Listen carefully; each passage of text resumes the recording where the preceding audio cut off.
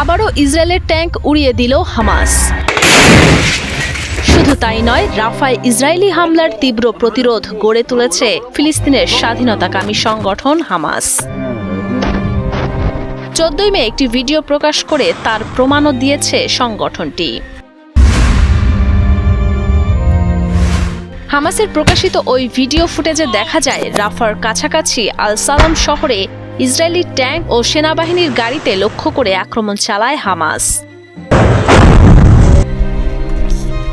হামাসের ওই অভিযান আল ইয়াসিন 105 ক্ষেপণাস্ত্র ব্যবহার করে ধ্বংস করা হয়েছে ইসরায়েলি সেনাবাহিনীর একাধিক ট্যাঙ্ক এবং বুলডোজার।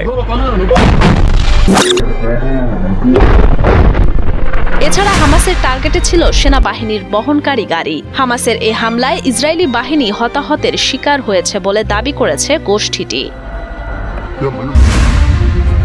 এছাড়া রাফায় ইসরায়েলি হামলায় প্রতিরোধ গড়ে তুলেছে বলেও দাবি হামাসের। তবে হামাসের পাল্টা হামলা নিয়ে কোনো মন্তব্য করেনি ইসরায়েলের সামরিক বাহিনী আইডিএফ।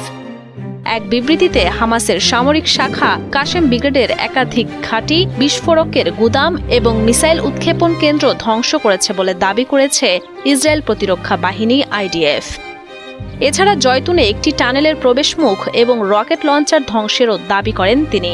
এদিকে 7 মাসের বেশি সময় ধরে ফিলিস্তিনে হামলা চালালেও হামাসকে ঠেকাতে ব্যর্থ ইসরায়েল। সবশেষ প্রমাণ হামাসের এই হামলা। ইসরায়েলি বাহিনীর সর্বাত্মক অভিযানের পরও নিজেদের অস্তিত্ব বেশ ভালোভাবেই জানান দিয়ে যাচ্ছে ফিলিস্তিনের স্বাধীনতাকামী এই গোষ্ঠী।